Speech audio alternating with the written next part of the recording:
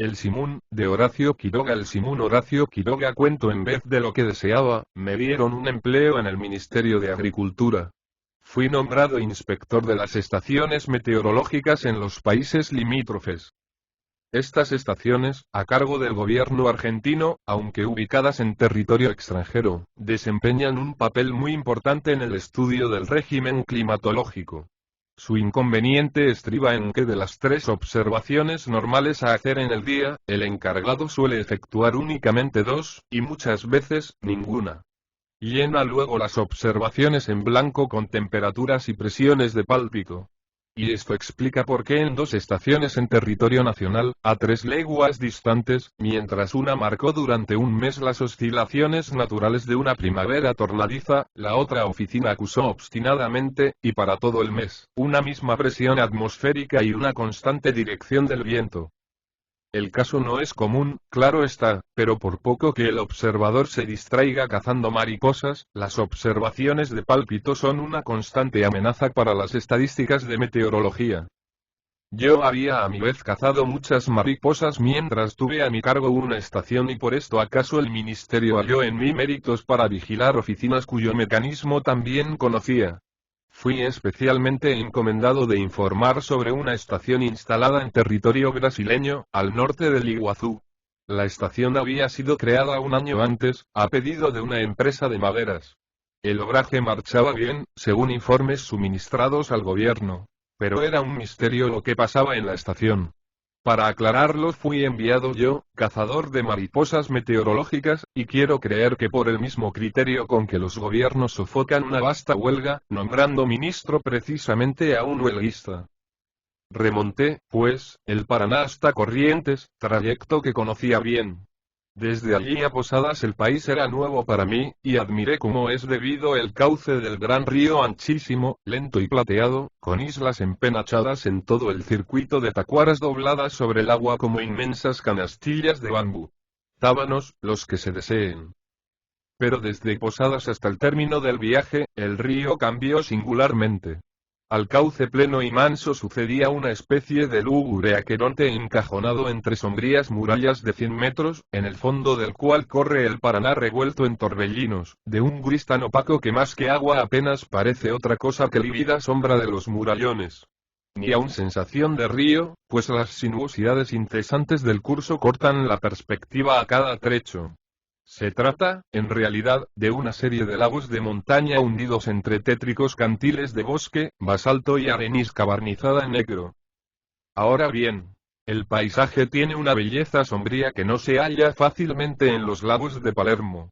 Al caer la noche, sobre todo, el aire adquiere en la honda depresión, una frescura y transparencia glaciales. El monte vuelca sobre el río su perfume crepuscular, y en esa vasta quietud de la hora el pasajero avanza sentado en proa, tiritando de frío y excesiva soledad. Esto es bello, y yo sentí hondamente su encanto. Pero yo comencé a empaparme en su severa hermosura un lunes de tarde. Y el martes de mañana vi lo mismo, e igual cosa el miércoles, y lo mismo vi el jueves y el viernes. Durante 5 días, a donde quiera que volviera la vista no veía sino 2 colores. El negro de los murallones y el gris lívido del río. Llegué, por fin. Trepé como pude la barranca de 120 metros y me presenté al gerente del obraje, que era a la vez el encargado de la estación meteorológica. Me hallé con un hombre joven aún, de color cetrino y muchas patas de gallo en los ojos. Bueno, me dije, las clásicas arrugas tropicales. Este hombre ha pasado su vida en un país de sol. Era francés y se llamaba Briand, como el actual ministro de su patria. Por lo demás, un sujeto cortés y de pocas palabras. Era visible que el hombre había vivido mucho y que al cansancio de sus ojos, contrarrestando la luz, correspondía a todas veras igual fatiga del espíritu. Una buena necesidad de hablar poco, por haber pensado mucho. Hallé que el obraje estaba en ese momento poco menos que paralizado por la crisis de madera, pues en Buenos Aires y Rosario no sabían qué hacer con el stock formidable de lapacho, incienso, petereví y cedro, de toda viga, que flotara o no. Felizmente, la parálisis no había alcanzado a la estación meteorológica. Todo subía y bajaba, giraba y registraba en ella, que era un encanto. Lo cual tiene su real mérito, pues cuando las pilas Edison se ponen en relaciones tirantes con el registrador del anemómetro, puede decirse que el caso es serio. No solo esto. Mi hombre había inventado un aparatito para registrar el rocío, un hechizo regional con el que nada tenían que ver los instrumentos oficiales. Pero aquello andaba a maravillas. Observé todo, toqué, compulsé libretas y estadísticas, con la certeza creciente de que aquel hombre no sabía cazar mariposas. Si lo sabía, no lo hacía por lo menos. Y esto era un ejemplo tan saludable como moralizador para mí. No pude menos de informarme, sin embargo, respecto del gran retraso de las observaciones remitidas a Buenos Aires. El hombre me dijo que es bastante común, aun en obrajes con Puerto y Chalana, en forma que la correspondencia se reciba y haga llegar a los vapores metiéndola dentro de una botella que se lanza al río. A veces es recogida. A veces, no. ¿Qué objetar a esto? Quedé, pues, encantado. Nada tenía que hacer ya. Mi hombre se prestó amablemente a organizarme una cacería de antas que no cacé y se negó a acompañarme a pasear en Guabiroba por el río. El Paraná corre allá 9 millas, con remolinos capaces de poner proa al aire a remolcadores de jangadas. Paseé, sin embargo, y crucé el río. Pero jamás volveré a hacerlo. Entretanto la estada me era muy agradable, hasta que uno de esos días comenzaron las lluvias. Nadie tiene idea en Buenos Aires de lo que es aquello cuando un temporal de agua se asienta sobre el bosque. Llueve todo el día sin cesar, y al otro, y al siguiente, como si recién comenzara, en la más espantosa humedad de ambiente que sea posible imaginar. No hay frotador de caja de fósforos que conserve un grano de arena, y si un cigarro ya tiraba mal en pleno sol, no queda otro recurso que secarlo en el horno de la cocina económica, donde se quema, claro está. Yo estaba ya bastante harto del paisaje aquel. La inmensa depresión negra y el río gris en el fondo. Nada más. Pero cuando me tocó sentarme en el corredor por toda una semana, teniendo por delante la gotera, detrás la lluvia y allá abajo el Paraná blanco. Cuando, después de volver la cabeza a todos lados y ver siempre el bosque inmóvil bajo el agua, tornaba fatalmente la vista al horizonte de basalto y bruma, confieso que entonces sentía crecer en mí, como un hongo, una inmensa admiración por aquel hombre que asistía sin inmutarse al liquidamiento de su energía y de sus cajas de fósforos. Tuve, por fin, una idea salvadora. Si tomáramos algo, propuse. De continuar esto 2 días más, me voy en canoa. Eran las 3 de la tarde. En la comunidad de Los Casos, no es esta hora formal para tomar caña. Pero cualquier cosa me parecía profundamente razonable aún iniciar a las 3 el aperitivo, ante aquel paisaje de divina comedia empapado en 7 días de lluvia. Comenzamos, pues.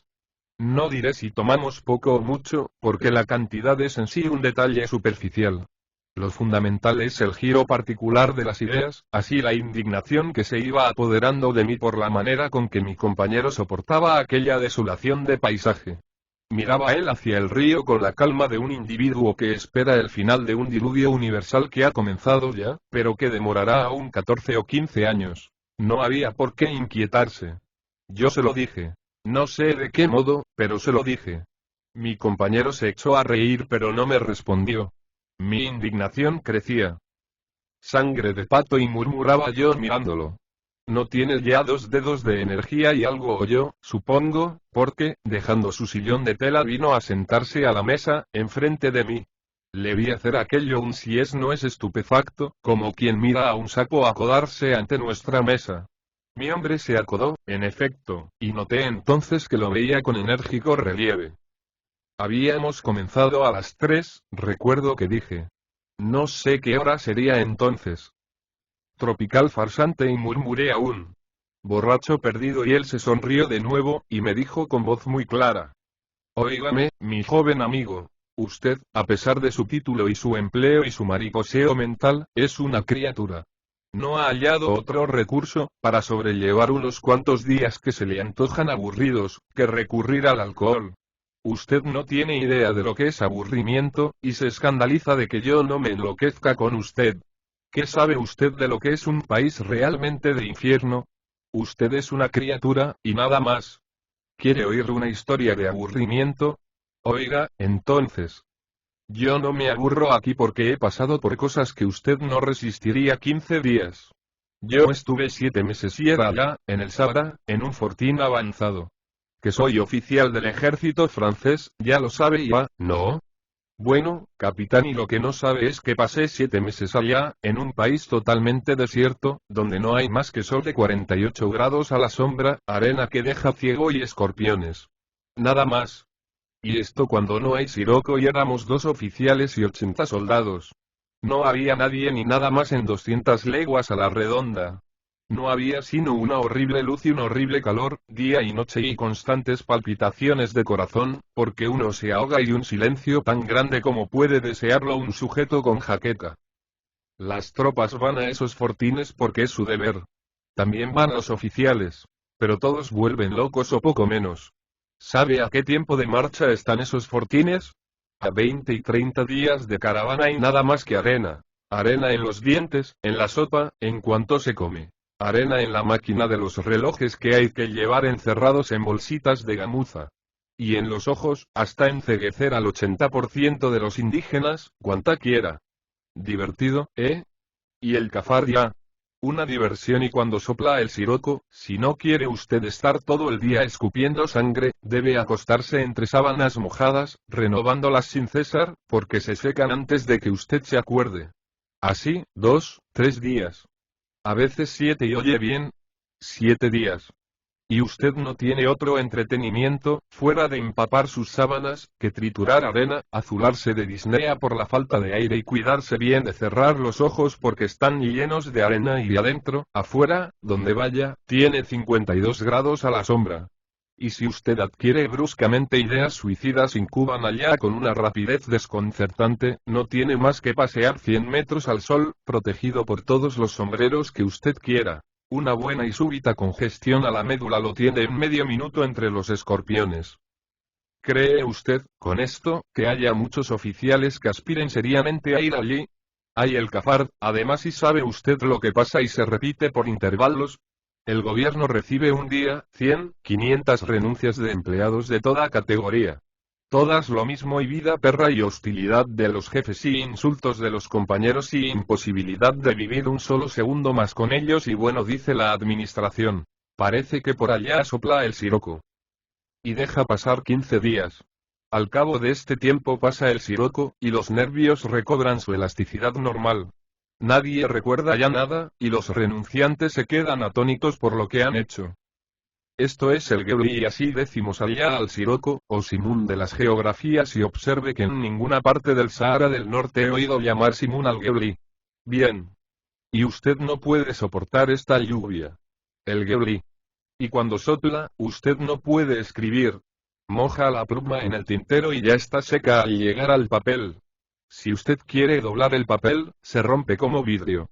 Yo he visto un repollo, fresquísimo al comenzar el viento, doblarse, amarillear y secarse en un minuto.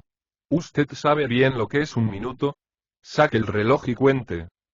Y los nervios y los golpes de sangre, y multiplique usted por 10 la tensión de nuestros meridionales cuando llega allá a un colazo de Gebli, y apreciará lo que es irritabilidad explosiva. ¿Y sabe usted por qué no quieren ir los oficiales, fuera del tormento corporal? Porque no hay relación, ni amistad, ni amor que resistan a la vida en común en esos parajes ya. ¿Usted cree que no? Usted es una criatura, ya le he dicho, y yo lo fui también, y pedí mis 6 meses en un fortín en el Sahara, con un teniente a mis órdenes. Éramos íntimos amigos, infinitamente más de lo que pudiéramos llegar a serlo usted y yo en 20 generaciones. Bueno. Fuimos allá y durante 2 meses nos reímos de arena, sol y cafard. Hay allá cosas bellas, no se puede negar. Al salir el sol, todos los montículos de arena brillan. Es un verdadero mar de olas de oro. De tarde, los crepúsculos son violeta, puramente violeta.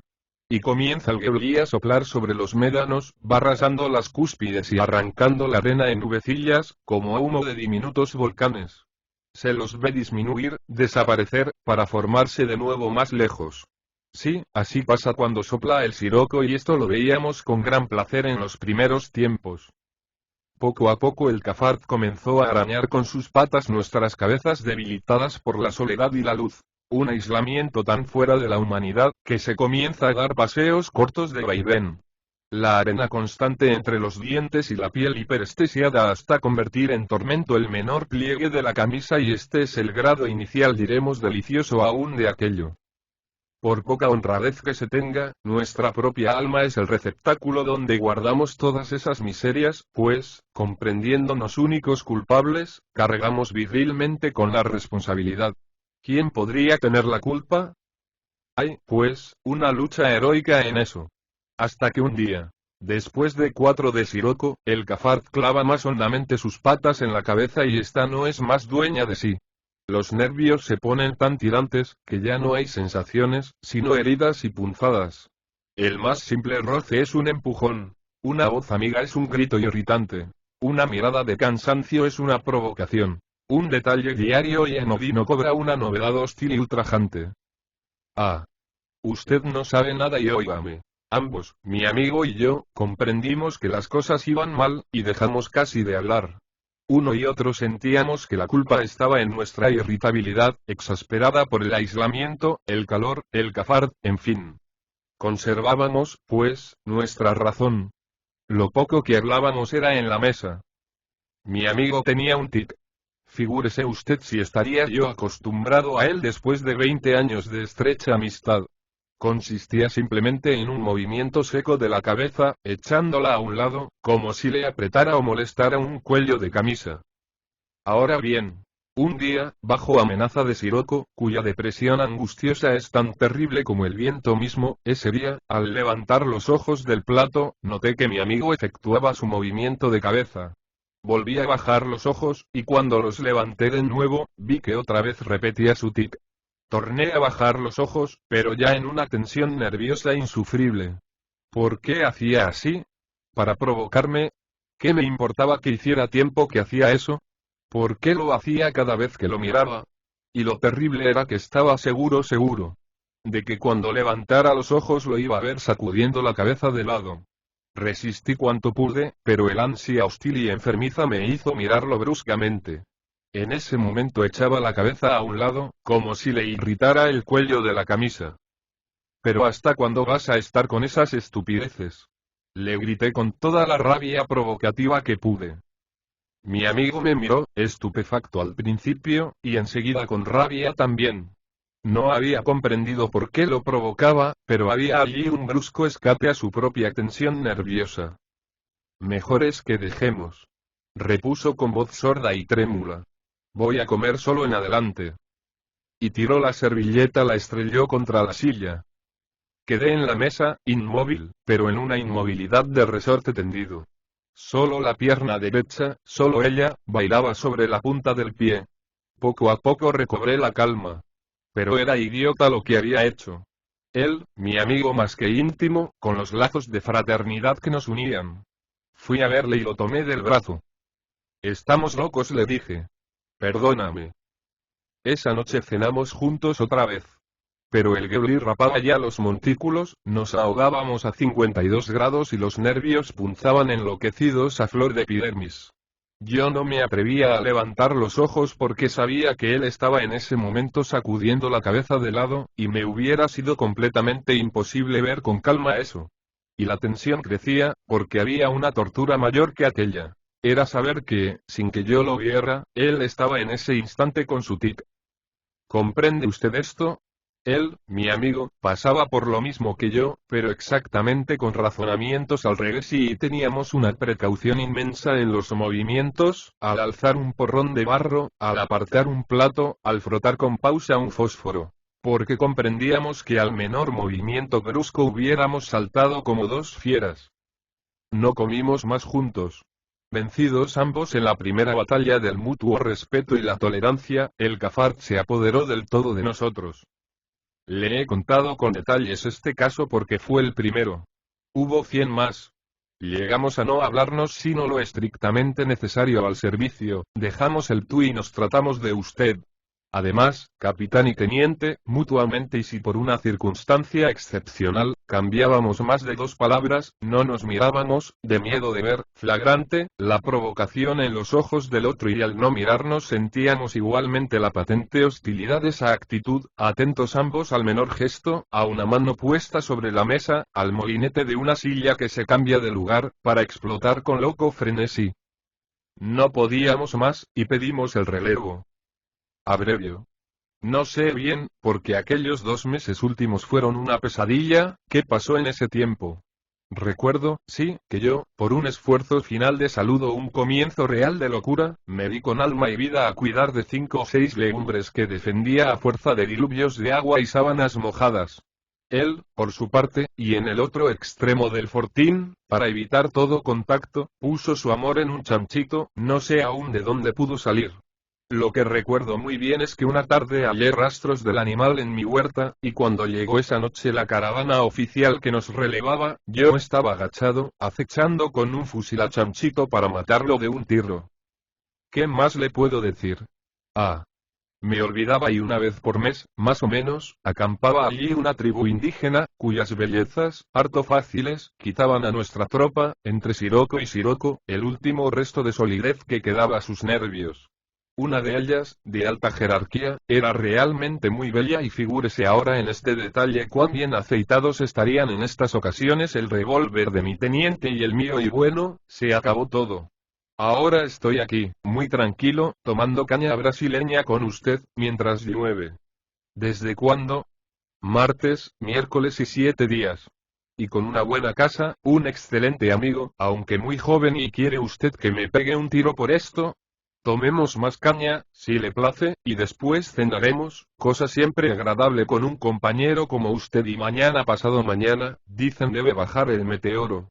Se embarca en él y cuando vuelva a hallar pesados estos 7 días de lluvia, acuérdese del tic, del cafard y del chanchito y de mascar constantemente arena, sobre todo cuando se está rabioso y le aseguro que es una sensación que vale la pena.